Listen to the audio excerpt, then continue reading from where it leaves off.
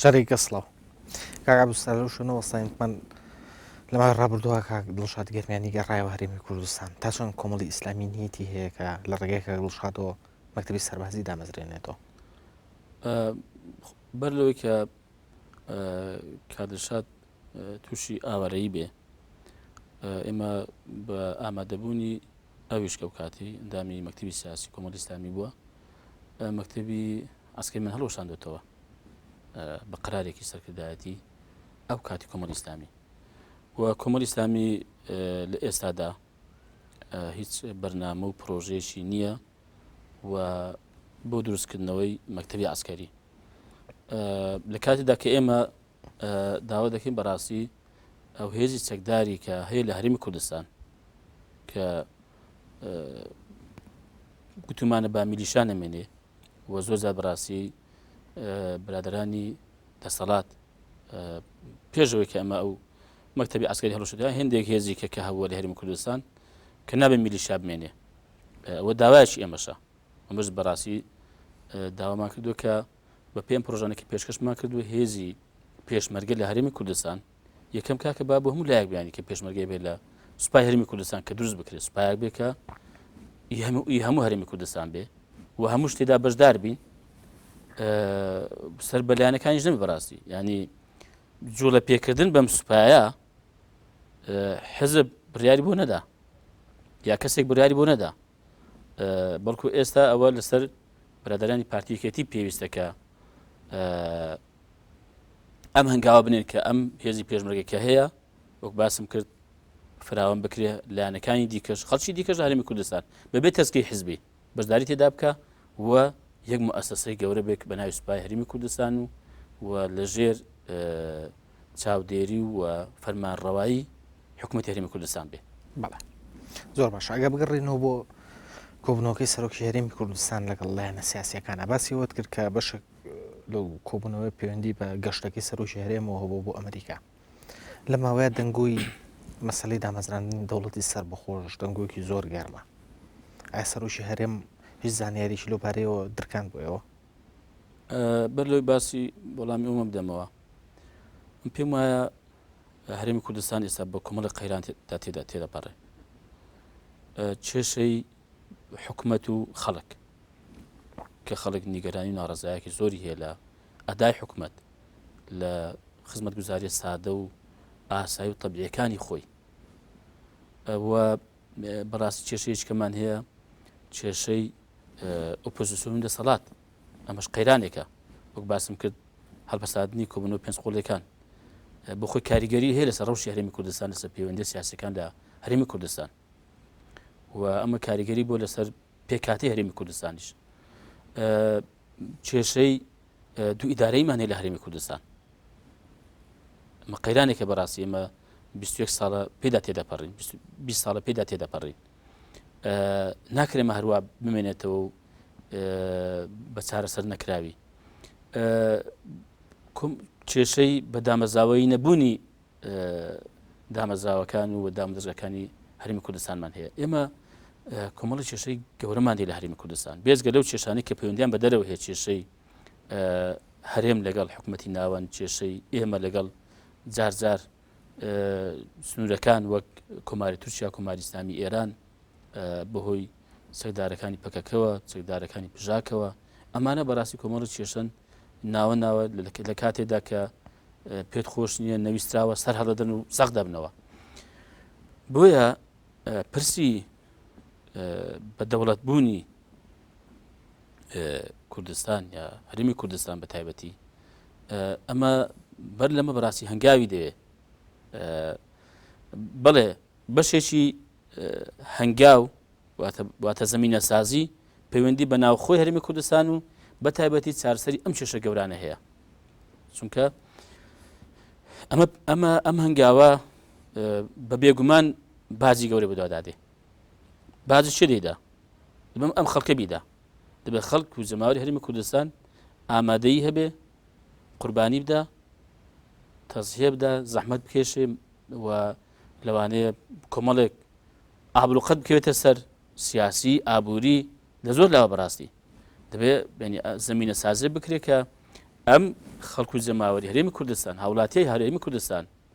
متمانەیەکی زۆر بەهێزی بە دەسەڵاتی هەرێمی کوردستان هەبێ کە لەگەڵی بێ لەم هەنگاوانەدا کە دیارە بێگومان پێویستی بە ئەو ڕاپرسی و کۆمەڵێک ینی هەنگاو هەیە کە پێش بێکە قسە لەسەر مۆزوعی بکرێ بەڕاستی بەشێکی زمینە سازەکەی پەیوەندی بە دەرەوە هەیە بەڵێ پێویست دەکا کە پشتگیری و هاوکاری وڵاتانی دەرەوەمان زۆر پێویستە چکۆکو باسم کرد ئێمە ئێستا کۆمەڵە قەیرانمان هەیە لەگەڵ دەرەوە دڵنیام ئەم قەیرانە خەستر دەبێتەوە و تونتر دەبێتەوە سەر هەرێمی کوردستان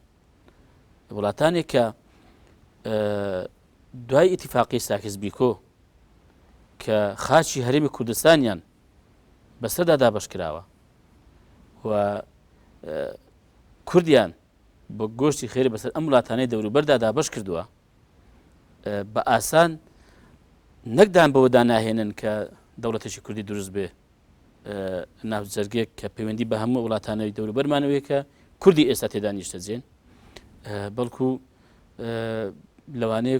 کۆمەڵێک کۆسپ و پەرچ و لەمپەر و کێشەی گەورە گەورە بۆ ئەم قەزیە بێنە پێشەوە بۆیە پێویستی بە زمینە سازی هەیە پێم وایە بەر لەوەی کە بەڕاستی زمینە سازی بکرێ ئەمە بەبێ تاوتوی دیراسەیەکی ورد بازی گەورەی هەیە بۆیە ڕەنگە ئەو سەردانی سەرۆکی هەرێم هەڵبەت دەبێ خۆی ڕوونی کاتەوە یان مەسەڵەن سەرۆکایەتی هەرێم باس لەو کە چەندە پەیوەندی بەم قەزیەوە هەیە بەڵام ئەم دەزانم کە پێویستی بە زمینە سازی زۆر هەیە ئەمە هەر پرسێک نیە بەڕاستی ئاوا بە سادەیی باسی بکرێ و بە مافێکی ڕەوا و تەبیعی بەڕاستی گەلی کورد دەزانم کە بۆ خۆی بڕیار لە مافی سارنووسی خۆی بدە بەڵام دەبوو ئێمە لە هەرێمی کوردستان بە تایبەتی دەسەڵات بەرپرسانی سیاسی هەرێمی کوردستان دەبوو زۆر لە مێژ بەڕاستی بیرمان لەم پرسە کردبەوە کاری بۆ کرابایە کاری گەورەشی بۆ کرابە بەڵێ کەواتە بەڕوانگەی ئێوە وەکو کۆمەڵی ئیسلامی باسکردن لەم بابەتە لە ئێستا واقعەتی تیانە ئەمن وەکو کۆمەڵی ئیسلامی ناڵێم وەکو خۆم بەڕاستیم پێم وایە ئەمە پێویستی بە کۆمەڵێک پێشەچی هەیە پێویستی بە کۆمەڵێک زمینە سازی هەیە دەنا ئەمە یەکێکە لە ئەڵێ ئامانجەکانی کۆمەڵی ئیسلامیش کە باسمان کردو لە پەیڕەوی کۆمەڵی ئیسلامی کە بەڵێ مافی کورد مافیەوەیە کە بە تەواوی مافە ڕاستەقینەکانی خۆی بگەل لە کیانی حەقیقی خۆی لە دەوڵەتی کوردی بەڵام پێمان وایە پێویستی بە زمینە سازی و کۆمەڵێک پێشەچی و کار هەیە بەر لەوەی کە ئەمە بۆکو باس ئەوە ئاسایی باز بکرێ و یا بە ڕاشکەماتر بڵێم با بۆ ئەوە نەبێ کە پەردەپۆشی هێندێک واقعی خوار و خێسی پێ بکرێ وە بەڕاستی من لەگەڵ ئەوەش نیم کە شتێک بەر لەوەی کە کاری بۆ کرابێ زمینە سازی باشی بۆ کرابێ هیچ بەڵێن و گفتێک بە خەڵکو و زەماوەر و هەوڵاتانی هەرێمی کوردستان بدرێ بەڵێ زۆر باشە کاک عەبدولسەر لە چەند ڕۆژی ڕابردووە مەلاکرێکار لە وڵاتی نەرویج دەستگیر کرایەوە وەکو کۆمەڵی ئیسلامی دوای تێپەڕینتان بە قۆناغێک لە گرژی لەگەڵ مەلاکرێکار ئەو ڕووداوەتان چۆن بینی وەڵام ئەمە کۆمەڵی ئیسلامی پێمان ناخۆشە و ئیدانەی دەستگیرکردنی مامۆستاکاری کار دەکەین و پێشمان وایە کە ناحەقی بەرامبەر دەکرێ بە تایبەت لەم پرسیان کە پەیوەندی بە سووتاندنی قورئان و تف لە قورئانکردن و بێحورمەتی بێڕێزیکردن بەرامبەر بە قورئان کە عەقیدە و بیر و باوەڕ و بەڕاستی ڕێباز و بەرنامەی زیاتر لە ملیارێک مسلمانە کە دەبوو بەڕاستی بەر لەوەی کە مامۆستاکاریکار ئیدانە بکرێ لەسەرەوەی ئەگەر فتوایەکی داوە لەم ڕۆوە کە فتواش بۆ معلوماتان پابندکەر نییە بۆ هیچ کەس خۆ قەزا نییە مۆستاکاریکار قازی نییە بۆ حکمی دابێ و جا خەڵکی جێبەجێکەن فتوا دەکرێ مامۆستایەک مەلایەک کەسێکی ئەندازەیەک شارەزایی لە علومی شەرعی هەیە کە وەکو عولەما باز دەکەن ئەندازەی پێویست لە علومی شەرعی یا لە بابەتێک جارویە فتوا لە بابەتێک دەدرێت لە مۆزوعێکی عام نییە لە بەشێک لە مەسائلێکی فقهی مەسائلێکی شەرعی فتوا دەدرێت بۆیە ینی پابندکەر نییە بۆ هیچ کەس فتوای دا و بەڵام ئەدێ و کەسێک کە ئیهانەی بە مقدسێکی گەورەی مسلمانان کردووە ئەی باش نابێ ئەمەش ینی لێپرسینەوە دادەگایەکە بێ تەمبێکردنێکە بێ بەڵێ ماوەیەک پێشی سادەنگوی ئەوە هەبوو کە گوایە مامۆستا کرێکار ئینسیاتیڤی ئەوەی کرد بێت کە بێتە ناو کۆمەڵی ئیسلامی یان نێوانی لەگە کۆمەڵی ئیسلامی باش بکاتەوە ئەم دەنگویانە تازان ڕاست بوون بۆ خۆی فعلەن شتێکی وا هەبوو کە ئەم دیارە شەڕە قسە و بەڕاستی باسکردنی یەکتر و تا بوختان بە یەکترکردن و ئەوانە کە زیاتر بەڕاستی بەرامبەر بە ئێمە کراوە ئەمە ئەو پیاو ئێستا لە بارودۆخێکی ناخۆشدا جوان نییە پیاو هیچ قسەیە بکە بەڵام بەرامبەر بە ئێمە کراوە نەک ئێمە کردمان ئێمە زیاتر بێدەنجیمان هەڵبژارد بوو و ئێستاش هەر بەڕاستی بێدەنجیمان هەڵبژاردووە چونکە بە هیچ بە بەرژەوەندی نابینین کە شەڕەقسە نەک لەگەڵ مامۆستاکرێکار لەگەڵ هیچ کەسێک بکرێ بەڵکو ئێمە پرۆژەی خۆمانمان هەیە بەرنامەی خۆمانمان هەیە خصوماتور بۆ ئەم خەڵکو کۆمەلگایە چێ ئەم پرۆژە بەرنامەکە کۆمەڵی ئیسلامی هەیەی بۆ چاکردن و باشترکردن و چاکسازی و گۆڕانکاری لە هەرێمی کوردستان لە واقعی تا هەرێمی کوردستان دەتوانێت پژگیری بکەوە دەتوانێت ڕخنی لێ بگرێ بەڵام هەندێک بابەت کە پەیوەندیان بە هەندێک قەزایەوە هەیە کە دوورە لە کۆمەڵی ئیسلامی ئێمە دیار لە کاتی خۆیدا ڕەتمان کردوتەوە فعلەن ئەمە باس کرا کە ئەمە نەمێنێ و ئێمە زۆر بە خۆشحاڵیەوە ئەو کاتیش و ئێستاش پێشوازی لە هەر هەوڵێک دەکەین هەر بڕیارێک دەکەین کە بێتە سەر ئەوە کە ئێمە ڕێز یەکتر بگرین ئێمە دەسۆزین بۆ یەکتر نەک هەر لەگەڵ مامۆستاکار بەڕاستی ئێمە خۆمان بە دڵسۆز و بە بەڕێز دەزانین لەگەڵ هەر تاکێکی کورد یعنی حتا ئەگەر خۆشیشی لێ ئەمە نەیە ئێمە بۆکو باسم کرد بەڵێ بەڵام پرسی ئەوە کە مامۆستاکرێکار ویزبێتی پەیوەندی بە کۆمەڵی ئیسلامی بکات بێتە ناو کۆمەڵی ئیسلامی ئێمە هیچ شتێکمان بەڕسمی نە لە خۆی نە لە کەسێکی نزیکی خۆی لەم ڕۆوە نەبیستوە بەڵێ کاک عەبدولستار ئەی سەبارەت بە پەیوەندی نێوان ئێوە و بزوتنەوەی ئیسلامی هیچ هەوڵێک لە ئارایە نییە بۆ ئاساییکردنەوەی پەیوەندیەکانتان ئێمە پەیوەندیەکانمان لەگەڵ بزوتنەوەی ئیسلامی ئاساییە ئەوە هیچ کێشە و گرفتێکمان لەگەڵ بزوتنەوەی ئیسلامی نییە بەڵ ئەی لە دوای ئەو جیابوونەوەی ئەم دوایی کە لە نێوان بزوتنەوە ڕوویە ئێمە وەکو مەکتەبی سیاسی کۆمەڵی ئیسلامی بڕیارماندا بە هیچ شێوەیەکی تەدەخل لەو کێشەیەی کە ئێستا لە نێو بزوتنەوەی ئیسلامی پەیدا بووە ناکەین بەڵکو بەڕاستی ئومێد دەکەین کە بتوانن بۆ خۆیان لە نێو خۆیاندا کێشەی خۆیان چارەسەر بکەن و بە شێوەیە کە بتوانن بەڕاستی بەیەکەوە خزمەت بەم خەڵکو و کۆمەلگای بکەن و ئێمە بەڕاستی ئومێد ناکەین کە تووشی گرفت بن بەڕاستی تووشی کێشە بن بەڵکو خۆشمان پاراسۆلەوەی کە لەم ڕۆوە هیچ هەنگاوێک بنرێ وەک لە هێندێک شوێن باس کرا کە ئێمە یا مەسەڵەن ئەمن مەسەڵەن مخەوەر کران بۆی کە قسە لەگەڵ لایەنێکیان بکەین بۆی کە هەوڵ دەین بێنە ناو کۆمەڵی ئیسلامیەوە ئەمە هیچ ئەسڵ و ئەساسی نییە بەڵکو بڕیاری مەکتەبی سیاسی کۆمەڵی ئیسلامی ئەوەیە کە ئێمە لەم کێشەیاندا بێتەرەف دەبین بەڵێ زۆر باشە ئەی سەبارەت بوو دەنگۆیانی کە لەگەڵ هاتنەوەی دڵشادگرمێنی دروست بوو لەسەرەوەی کە ئەو بەشدار بووە لە هەڵدانەوەی گۆڕی کەسایەتە نەقشبەندیەکان لە تەوێڵە و بیارە و بڕیار بوو داوای یاسایی لەسەر تۆمار بکرێ ئەم کێشەیە چی بوو بە کوێ گەیشت ئێوە پێتان وایە کە ئەمە ئامانجێکی لە پشتەوە بووە بزارە بەنسبەت کاردەشاد با من ئەوت بۆ ڕوونکە مستەبارەت بە پرسیاری پێشووتریش کە باست کرد بۆ دروستکردنەوەی مەکتەب عسکەری کاردەشاد گەرمیانی ئەندامێکی مەکتەبی سیاسی کۆمەڵی ئیسلامیە بێگومان بەهاتنەوەی کۆمەڵی ئیسلامی پشتگیری و پشتیوانێکی باشتری بۆ پەیدا بوو ئەندامێکی کارای خۆی کە چەند ساڵە دوور کەوتۆتەوە دوور خراوەتەوە هاتۆتەوە بەڕاستی مای خۆشحاڵیمانە ئومێد دەکەین کە ئەویش ینی دەور و کاریگەری ببێ لە بەرەو پێشبردن و گەشە پێکردنی کۆمەڵی ئیسلامی بەڵام ئەویش و هەموو لایەکشمان بەڕاستی بۆچینی تایبەتی خۆمان هەیە ڕەنگە ئەمە سەرکردایەتیمان و کەوادریشمان بەڕاستی وە مەکتەبی سیاسیمان جەنابی مەمەست عەلی باپیر جەنابی شەح محەممەد بەرزنجی هەرێکەی ڕای تایبەتی خۆی هەیە دەربارەی هەندێک قەزیە بۆ چوونی تایبەتی خۆی هەیە جیا لە برایەکانی دیکەی لە کۆمەڵی ئیسلامی بەڵام ئێمە لە کۆتاییدا سەرکردایەتێکمان هەیە و مەکتەبی سیاسێکمان هەیە هەمومان کادرشادیش بە بڕیاری ئەو مەکتەبی سیاسیە ئەو سەرکردایەتیە پابەندین بریارەکانی ئێمەش بەڕاستی بە زۆرینەی دەنگە ئەوە ینی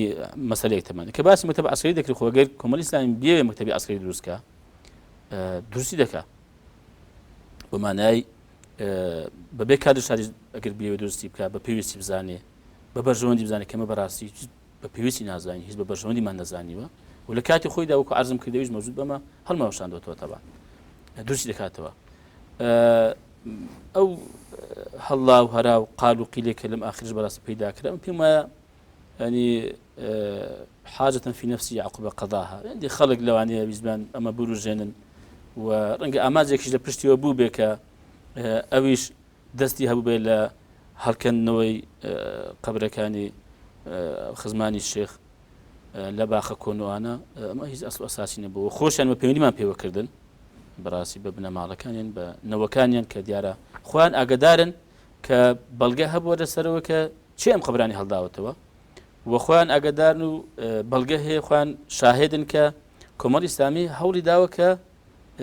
ئەمە نەبێ و ئەگەر بووش کۆمەڵی ئیسلامی هەوڵ داوە کە چارەسەریشی بکە بەڵام دیارە ئەو کاتێ بەدەستەوە نەهاتوو کۆمەڵی ئیسلامی بە قسەی نەکراوە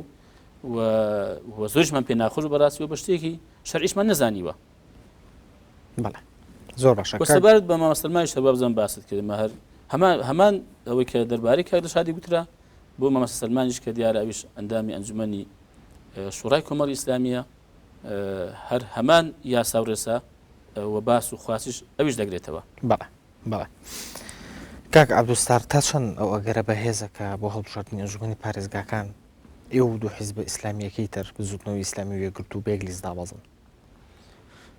وەڵای ئەم پرسە دیارە لە ئارادایە کە لە کاتی خۆیدا تاوتوێ بکرێ ئایا کۆمەڵی ئیسلامی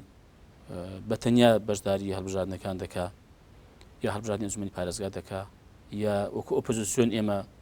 لیستێک پێک دێنین لە شوێنەکان یان یەک لیست دەبین یا لەگەڵ لایەنە ئیسلامیەکان لیستێکی ئیسلامی پێک دەهێنرێ یا لیستێکی نیشتیمانی دروست دەکرێت ئێمە تا ئێستا بەڕاستی ئەم پرسە یەک لای نەکراوەتەوە ئەم ئەگەران هەموو کراون لە بەردەم کۆمەڵی ئیسلامی و لە بەردەم لایەنەکانی دیکەش دیارە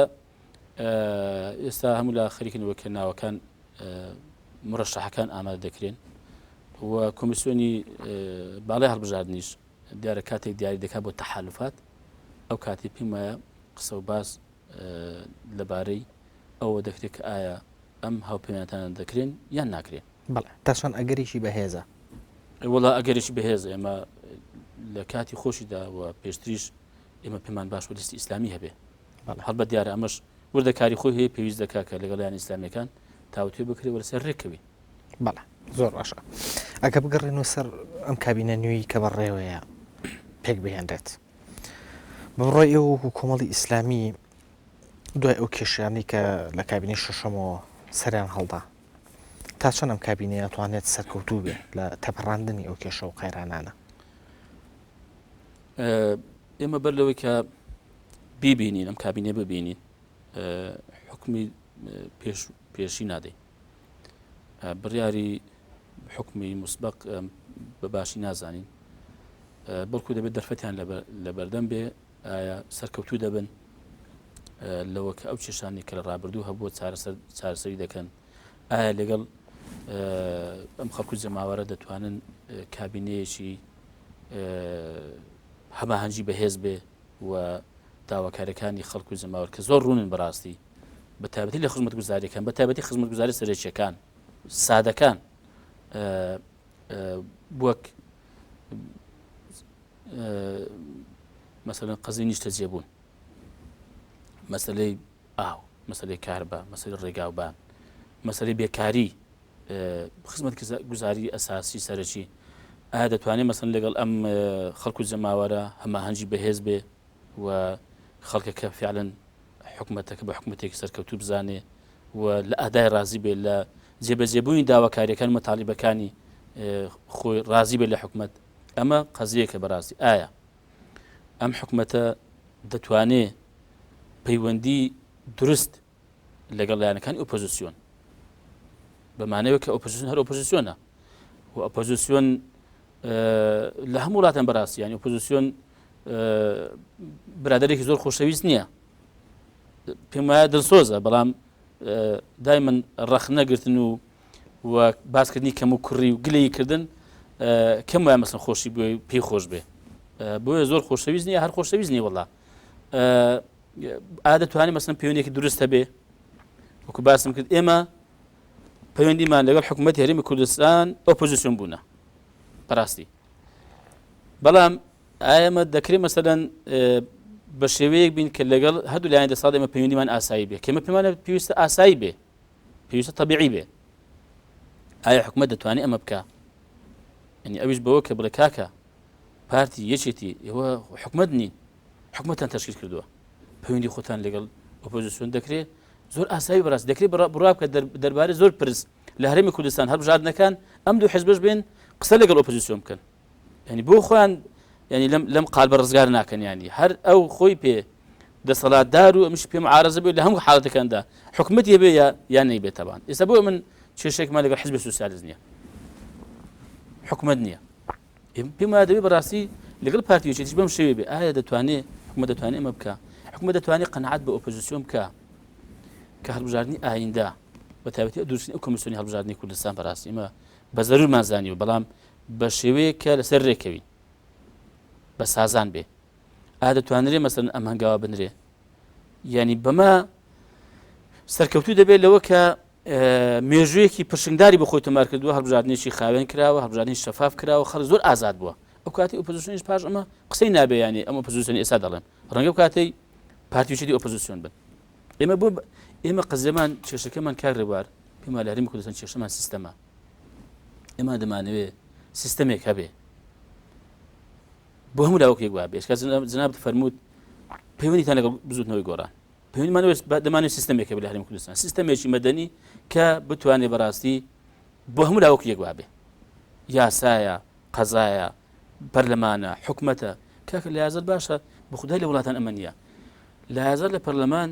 بە عەقڵەتی حزب بیر دەکرێتەوە ینی هەر لیستەی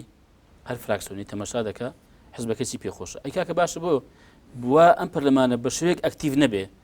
کە نەخێ کاکە چی پێشنیاری باشە بۆ ئەم خەڵک کۆمەلگایە ئەمە پەیڕۆ بکرێەوە دەنگی لەسەر بدرێ و حکومەتی پێ پابەند بکرێ بۆ کاکەم پەرلەمانە مەسن کاکە هەردوو لیستی دەسەڵاتدار بۆ زارێک مەسن محاسبەی حکومەت ناکەن بۆ زارێک حکومەتیان ڕانەگرێت بە کاکە حکومەت ئەمە بۆ وا دەکەی حکومەت ئەمە بۆ نەکردووە یەکاکە دەربارەی بۆ زارێک ینی ئەمانش وەکو ئۆپۆزیسیۆن دەنجیان لێوەنایە پەرلەمان ئەمە نییە بەڕاستیانی پەرلەمانی حەقیقی کە فعلەن ینی چی ئەمە بێ کە یاسا دابنێ کە دەبێت بەڕاستی یاسا بۆ کەس و بۆ حزب نەبێ کە دەیەوێت بە حساب چاودێر بەسەر حکومەتەوە فعلەن با چاودێر بێ توانێتی چاودێر بێ کە بە حساب بودجە پەسەند دەکا کاکە لە قەزای لە وردەکاری بودجەدا ینی لێکۆڵینەوە و وردەکاری بووە بێگومان نەخێر بۆیە ئەمە بەڕاستی حکم ناکەین سەر ئەم کابینەیە کە گەشتبینیش نین بەڵام حەز ناکەم بڵێم سەرکەوتوو نابێ ئێمە پێمان خۆش سەرکەوتوو بێ پێمان خۆشە بەڕاستی بەڵێ معارەزەین ئۆپۆزیسیۆن بەڵام حەز دەکەین ئەم حکومەتە بتوانێت داواکاریەکانی هەموو خەڵکی زمار جێبەجێکە بەڵێ زۆر باشە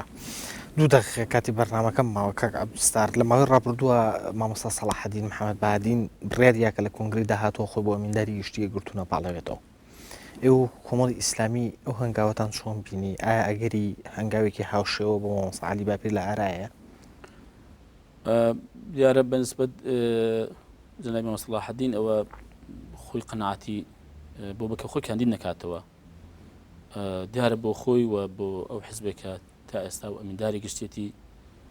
وای بە پەسەند و وای بە بەرژەوەند زانیوە ئەوە ڕەنگە یەکگرتووی ئیسلامی کوردستان قازانجی لێ بکە بۆ لەوانەشە لە داهاتوودا زەرەر لێ بکە بەڵام ئێمە کۆمەڵی ئیسلامی بەڕاستی بڕۆمە بە لاساییکردنەوە نییە هەر لە بەرەوەی مەسەڵەن فڵان کەس ئەم هەنگاوەیە با ئێمە جواب بکەین